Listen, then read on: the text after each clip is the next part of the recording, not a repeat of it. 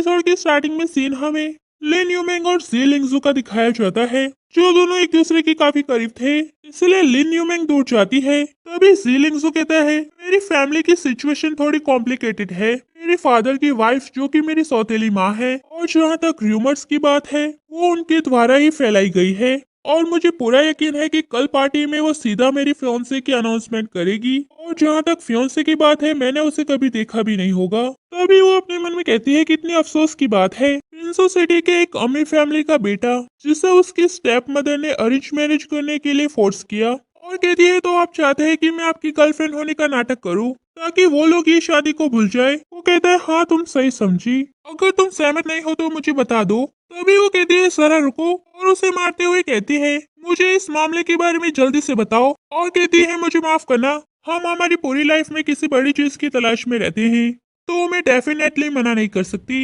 वो कहता है, मैं बस चाहता हूँ कि तुम इस पार्टी में आ जाओ और ये तुम्हारे 1 मिलियन का मुआवजा है। तभी वो उसका हाथ पकड़ती है और कहती है, मैं सहमत हूँ। तभी वो उसे एक फाइल देता है और कहता है, ये ग्रुप के इम्पोर्टेंट पर्सन के नेम है, इसे अच्छे से याद कर लो। वो कहती है, बिल्कुल बॉस, मैं गारंटी देती हूँ कि मिशन सक्सेसफुल होगा। तभी वो कहता है, आज से और अब से मैं तुम्हारा बॉयफ्रेंड हूँ। वैसे क्या तुम अपना नाम बदलना चाहोगी? वो कहती है, जैसे कि सीओ सीओ सीसी, और अपने मुंह पे हाथ रखती है। तभी वो दोनों एक दूसरे को घूरने लगते हैं और सिचुएशन थोड़ी वियर्ड हो जाती है। अब सीन हमें पार्टी का दिखाया जाता है, जहाँ पर लाइमैन ग्रुप के चेयरमैन चैन डेशियन और उनकी वाइफ दोनों वहाँ पे आते हैं। तभी एक लड़का वहाँ आता है और कहता है, आप लोगों ने हमें पहले क्यों नहीं बताया कि आप आने वाले हैं, वरना हम आपका अच्छे से वेलकम करते। तभी वो कहते हैं, तुम्हें ऐसा करने की जरूरत नहीं है, हम अपना ख्याल रख सकते हैं। तभी वो अपनी मॉम को बुलाता है। बाय द वे, ये लड़का कोई और नहीं, चेयरमैन जी याओ का दूसरा बेटा है, जिसका नाम जी युनशियाओ है। तभी उसकी मॉम वहाँ आती है और कहती है, चेयरमैन चैन और मिस चैन, आपका यहाँ पे स्वागत है, जो कि कोई और नहीं, जी लिंगजू की स्टेप मदर है, जो कि डिजाइनर डायरेक्टर भी है, जिनका नाम टैंग रो यून है। तभी स्टेज पर एक आदमी आता है और कहता है, आप सबका इस पार्टी में स्वागत है, जो कि कोई और नहीं, चेयरमैन जी याओ है, और जी लिंगजू के फादर भी। जो कहते हैं, सबसे पहले मैं सभी ग्रुप्स का नाम बताना चाहूंगा। इस साल मैंने कॉपरेट करने का फैसला किया था मेरे पुराने फ्रेंड चेयरमैन डेशियन के साथ, जो कि संचालक मंडल के अध्यक्ष भी हैं, और मैं चाहता हूँ कि आगे भी हम इसी तरह से काम करते रहे। तभी सारे लोग तालियां बजाने लगते हैं। तभी टैंग रो यून कहती है, आप सभी को यहाँ आने के लिए थैंक यू। आज हम यहाँ दो बड़ी अनाउंसमेंट करने वाले हैं। हम बहुत सारे ग्रुप्स के साथ कोऑपरेशन करने वाले हैं, और दूसरी बात, जी फैमिली का सबसे बड़ा बेटा सी लिंगजू एक अच्छी अनाउंसमेंट करने वाले हैं। तभी सी लिंगजू वहाँ आता है और कहता है, यहाँ आने के लिए आप सबका थैंक यू। आज मैं आपको जिसके बारे में बताने जा रहा हूँ, जो कि मेरी सीक्रेट फियांसे है, लिन यूमैंग। तभी वो वहाँ पे आती है, जिसे देखकर सारे लोग शॉक्ड हो जाते हैं। तभी वो अपने मन में कहती है, मैं कौन हूँ और मैं कहाँ हूँ, शायद ये कोई सपना नहीं है, मैं इस पार्टी में क्यों आई, और जो इंसान मेरे सामने खड़ा है, क्या वो मेरा फियांसे है? और कहती है, नहीं, उसका मेरे पे कर्ज है, वो भी 1 मिलियन का। अभी वो नीचे गिरने ही वाली थी कि सी लिंगजू उसका हाथ पकड़ लेता है और उसे अपने साथ स्टेज पर ले जाता है। तभी वो कहती है, यहाँ इतने सारे लोग क्यों है? वो कहता है, चलो अपना शो शुरू करते हैं, और सभी लोगों से कहता है, सच कहूँ तो मैं अपने पर्सनल मैटर के बारे में किसी को नहीं बताना चाहता था, लेकिन मेरे फादर सच में जानना चाहते थे, इसीलिए अब मैं इसे और नहीं छुपाऊंगा। यून मैंग से मिलने से पहले मुझे नहीं पता था कि मेरी प्रायोरिटी क्या है, और जब तक मैंने यून मैंग को नहीं देखा था, तब तक मुझे अपने सवालों के सही जवाब नहीं मिले, लेकिन यून मैंग मेरी लाइफ का सबसे बड़ा जवाब है। तभी वो अपने मन में कहती है, इस नाटक को तो ऑस्कर मिलना चाहिए। और वो कहता है, आओ जश्न मनाएं सच्चे प्यार के लिए, और सभी लोगों को एक डेविल स्माइल देता है। तभी एक लड़की वहाँ पे आती है और कहती है, सीईओ के सच्चे प्यार के लिए जश्न मनाएं। तभी यूमैंग अपने मन में कहती है, ये तो अजीब है, ये खूबसूरत लड़की इसके पास क्यों नहीं है? क्या जी लिंगजू उसे देखकर चौंक गया है? वो लड़की कहती है, मैं इस बात से सहमत हूँ कि सच्चा प्यार हमेशा के लिए रहता है, और इस बार हम कई सारे ग्रुप्स को कोऑपरेट करने वाले हैं, और मैं आने वाले दिनों का बेसब्री से इंतजार कर रही हूँ, और न्यू बिजनेस और प्रोडक्ट लॉन्च किए जाएंगे। वे सारे लोग तालियां बजाते हैं और वो ड्रिंक करती है। तभी लिन यूमेंग एक जगह पर खड़ी थी। तभी पीछे से जी लिंगजू की स्टेप मदर आती है और कहती है, हेलो, मैं जी लिंगजू की मॉम हूँ, मुझे अभी तक मिस लिन को जानने का मौका नहीं मिला। वो कहती है, हेलो आंटी। तभी वो कहती है, मिस लिन, मुझे नहीं लगता कि सभी औरतें कांच के जूते पहनती है, वरना वो सिंड्रेला बन जाएगी, क्योंकि असली सिंड्रेला एक नोबल फैमिली में थी। क्या तुम्हें लगता है कि मैं सही हूँ? तभी वो अपने मन में कहती है, ये सौतेली माँ सच में एक अच्छी इंसान नहीं है, मैंने इसके सौतेले बेटे को बॉयफ्रेंड बनाया, इसीलिए ये ऐसा कह रही है। वो कहती है आपने सही कहा, हर सौतेली माँ कहलाने के लायक नहीं है। कुछ लोगों को तो यूं ही सौतेली माँ कहा जा सकता है। क्या आपको लगता है कि मैं सही हूँ? वो कहती है बेवकूफ लड़की, तुम्हारी हिम्मत कैसे हुई मुझे ऐसा कहने की? तभी वो उसकी उंगली पकड़ लेती है और कहती है आंटी हमारी सी फैमिली एक बिजनेस फैमिली है, इसीलिए अपने आप पर कंट्रोल रखिए। और आंटी आप सही है, मैं एक नोबल फैमिली से नहीं हूँ, मेरी आपसे कोई बराबरी नहीं हो सकती। और जरा अपनी घड़ी को देखिए, इसे देखकर पता चल जाएगा कि ये सस्ती नहीं है। और साथ ही आपकी परफ्यूम की खुशबू, जिसकी खुशबू चाय जैसी है। तभी वो कुछ कहने ही वाली थी कि सीलिंग से वहाँ आता है और कहता है डायरेक्टर टैंग, यहाँ पे पार्टी चल रही है, इसलिए आपको मैंग मैंग के साथ बहस करने की हिम्मत नहीं करनी चाहिए। मैं मैंग मैंग को फादर से मिलवाने के लिए जा रहा हूँ। और उसे वहाँ से ले जाता है। वो कहती है मैंने दूसरों के सामने तुम्हारी सौतेली माँ से बहस की, इसकी वजह से कुछ होगा तो नहीं? वो कहता है ऐसा कुछ नहीं होगा, मान लो कि तुमने बोनस टारगेट को पा लिया है, इसलिए मैं तुम्हें और पैसे देना चाहूंगा। वो कहती है उन पैसों का क्या जो मुझे तुम्हें देने हैं? वो कहता है जाओ और मेरे फादर को टॉस पिलाओ, मैं बस ये चाहता हूँ कि वो सबके सामने शराब पिए। क्या मैं मान लो कि तुम मान गई हो?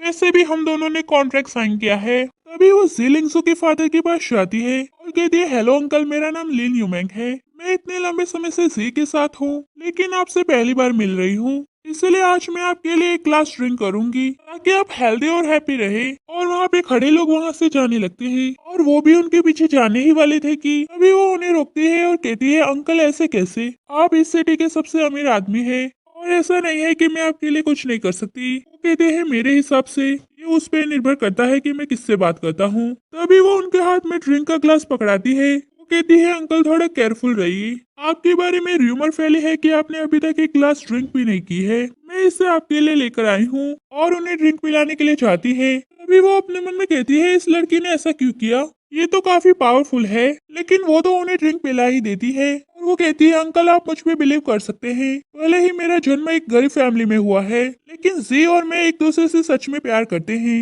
मैं पूरी कोशिश करूंगी कि आप इसे एक्सेप्ट कर ले, आपको विश्वास करना चाहिए कि जी कोई गलत व्यक्ति नहीं चुनेगा। वो कहते हैं हाँ। कहती है थैंक यू अंकल। सीन हमें मॉर्निंग का दिखाया जाता है जहाँ पे लिंक्सो के फादर डिजाइन देख रहे थे और कहते हैं मैं तुम्हें एक डिजाइन दूंगा जो कि मेरे हिसाब से इस साल सबसे पॉपुलर स्टाइल है, लेकिन उन्होंने मेरे लिए इसे डिजाइन किया है और तुमने अमेरिका में पिछले 4 सालों से पढ़ाई की है, लेकिन ये बिल्कुल भी नया नहीं है। और मैं कब से चिल्ला रहा हूँ कि डिजाइनर डायरेक्टर बन जाओ, मुझे नहीं पता कि मुझे किस तरह से शर्म आनी चाहिए। तभी वो जीलिंग्सो को देखते हैं और चिल्लाते हुए कहते हैं अपने घुटनों पे बैठ जाओ। तभी यूनशाओ अपने घुटनों पे बैठ जाता है। तभी वो कहते हैं मेरा मतलब तुमसे नहीं है, मेरा मतलब तुम्हारे भाई से है। और लिंग्सो से कहता है तुम्हें यहाँ किसने बिठाया? वो कहता है फैमिली रूल्स के मुताबिक जो भी कंपनी के लिए अच्छा होता है वो यहाँ बैठकर खाना खा सकता है, और फिर मैं अपने घुटनों के बल बैठकर खाना क्यों खाऊं? तभी उसके फादर कहते हैं तुम्हें लगता है कि तुम किसी भी औरत के साथ खुश रह सकते हो, लेकिन तुम में अभी भी दिमाग कम है और जानबूझ के मीडिया के सामने वो सब किया, क्या तुम पागल हो गए हो? तभी लिंगजू कहता है वो स्टोरी जिससे चैन डरता है और सबको मुझे चुनने के लिए एग्री किसने किया, ये बात मुझसे बेहतर आप जानते हैं। अगर ये मैटर अभी भी एक वजह बन सकता है तो मैं ये खाना नहीं खा सकता। और वहाँ से जाने लगता है। तभी उसके फादर कहते हैं जी लिंगसू क्या तुम मुझे चैलेंज कर रहे हो? क्या तुम में हिम्मत है? जरा ध्यान से सोचो वो कौन है जिसने तुम्हें ये खाना दिया? अगर तुम यहाँ से चले जाओ तो भूख से मर जाओगी। वो कहता है बस काफी है, बस इंतजार करें और देखिए क्या मैं भूख से मरता हूँ। और वहाँ से जाने लगता है। तभी लिंगजू की स्टेप मदर यूनशिया को बुलाती है और कहती है तुम यहाँ क्या कर रहे हो? तभी वो कहता है कि आपने अभी तक फादर से बात नहीं की? वो कहती है मैंने अभी तक कुछ नहीं कहा क्योंकि दोपहर में वो बहुत गुस्से में थे। क्या उन्होंने बताया कि जी लिंगसू को कौन सी सजा मिलनी चाहिए? वो कहता है उन्होंने ऐसा कुछ नहीं कहा, उन्होंने सिर्फ मुझे एक रास्ता ढूंढने के लिए कहा जिससे वो कल रात की न्यूज बंद कर सके। वो कहती है तुम्हारे फादर ने तुम्हें डांट कर कुछ गलत नहीं किया, तुम इतने साल से पढ़ाई कर रहे हो, लेकिन तुम्हारा नॉलेज कहाँ गया? तुम्हें जी लिंगसू की वजह से अपने फादर से प्रॉब्लम हो रही है, ऐसे तो तुम्हें कभी मौका नहीं मिलेगा। वो कहता है मैं ऐसा कैसे कर सकता हूँ, मैं जब भी कोई डिसीजन बनाता हूँ तो वो उनकी बुराई करने लगते हैं। वो कहती है इसलिए ऐसा तब तक करे जब तक वो सेटिस्फाइड नहीं हो जाती। अगर तुम अपना दिमाग इसी तरह से लगाते रहे तो मैं जी लिंगसू से कैसे लड़ पाऊंगी? और अपने मन में कहती है ऐसा लगता है कि मुझे कुछ करना ही होगा। वही दूसरी तरफ वो कहती है मेरे फादर के मार्शल आर्ट स्कूल में कई सारे स्टूडेंट मार्शल आर्ट सीखने के लिए आते हैं, इसलिए मेरी मॉम ने मेरे फादर की मदद करने के लिए स्कूल में एक रेस्टोरेंट खोला था, लेकिन मुझे उम्मीद नहीं थी कि बिजनेस इतना अच्छा होगा। तभी थोड़ी देर वो आराम करने के लिए बैठती है। तभी उसकी नजर जूतों पर पड़ती है, जिसे देखकर उसे फ्लैशबैक आता है और उसे कल रात की जी लिंगसू की सारी बातें याद आती है। वो कहती है नहीं नहीं, वो चाहे कितने भी सुंदर हो लेकिन उसकी कीमत बहुत ज्यादा है और इसका उससे कोई लेना देना नहीं है। तो खेल में एक छोटी सी चीज है लेकिन सिर्फ उन जैसे अमीर लोगों के लिए, इसलिए ऐसी बकवास के बारे में मत सोचो। तभी उसकी फ्रेंड चिल्लाते हुए आती है और कहती है मैंग मैंग ये सब क्या हो रहा है। और अपना फोन दिखाते हुए कहती है इसे जल्दी से दिखो। इसमें लिखा है कि ज़ीलिंगज़ू की फियांसे ज़ीलिंगज़ू की अमीर होने की वजह से उसके पीछे पड़ी है, चाहे वो उससे प्यार करती हो या नहीं। और साथ ही तुम दोनों का हाथ पकड़े हुए वीडियो भी पोस्ट किया और साथ ही उस दिन का वीडियो भी पोस्ट किया है। कहती है मैंने ऐसा कुछ नहीं किया है, मैं तो सिर्फ उस आदमी को सबक सिखा रही थी और मेरा पैसों से कोई लेना देना नहीं। वो कहती है हाँ मुझे भी पता है कि तुम उसे सबक सिखाने के लिए गई थी, लेकिन ली जिंगजू की फियांसे की र्यूमर के बारे में किया और हमारा विलेज काफी छोटा है और इसके बारे में बहुत जल्दी सबको पता चल जाएगा। वो कहती है अभी तक इस मैटर को क्लियर नहीं किया गया है, मुझे पता था कि ऐसा ही होगा, इसलिए अभी मुझे लाइव स्ट्रीम करनी होगी और इसे क्लियर करना होगा, लेकिन उसका अकाउंट लॉगिन नहीं होता। वो कहती है ये क्या हुआ, किसी ने मेरा अकाउंट बंद कर दिया है, लगता है ये सब ज़ीलिंगज़ू ने किया है। उसकी फ्रेंड कहती है हाँ हाँ उसे कॉल करो। वो उसे कॉल करती है लेकिन वो कॉल नहीं उठाता। कहती है वो कॉल नहीं उठा रहा है। दूसरी तरफ वो मीटिंग में बैठा हुआ था, तभी उसकी स्टेप मदर कहती है, वो कहती है तुम इतना क्यों सोच रहे हो। वो कहता है हम नए डिजाइनर्स ला रहे हैं जिसमें और भी अच्छी स्किल्स हो और यही जी का फ्यूचर है। तभी जी युनशाओ कहता है भाई लगता है कि आप भूल गए हैं, इसलिए मैं आपको याद दिलाना चाहता हूँ कि 10 साल पहले भी हमने ऐसा ही एक कंपटीशन रखा था जिसमें नए डिजाइनरों को मौका दिया गया था, जिसकी वजह से हमारी कंपनी दिवालिया हो गई थी। अगर मेरी मॉम नहीं होती तो हम कभी ऊपर नहीं आ पाते। अभी उसके फादर कहते हैं बस बहुत हुआ, उस समय का जिक्र कोई दोबारा नहीं करेगा और वहाँ से जाने लगते हैं और सारे लोग भी वहाँ से जाने लगते हैं। ये सेशन कहता है ये माँ और बेटा दोनों बेकार है और इतने सारे लोगों के सामने प्रेसिडेंट भी ऐसे ही है। तभी वो उसे बाहर जाने के लिए कहता है। तभी एक लड़की वहाँ आती है और कहती है मैं कॉन्ट्रैक्ट के बारे में बात करने के लिए आई हूँ क्योंकि मैं मीटिंग में शामिल नहीं हो सकी। वैसे तुम मुझे घूर क्यों रहे हो। वो कहता है कुछ नहीं। तभी वो उसके करीब जाती है और कहती है क्या तुम इस चेहरे से सेटिस्फाई नहीं हो। मैंने अपने चेहरे की सर्जरी करवाई है, मेरी स्किन पर सैकड़ों बार अत्याचार किए गए, लेकिन हर बार मेरे साथ कोई और होता है। भले ही ये मैं नहीं हो सकती, लेकिन जरा देखो अब मेरा चेहरा बिल्कुल उसकी जैसा है, जो देखकर वो थोड़ा घबरा जाता है। तभी एपिसोड खत्म हो जाता है।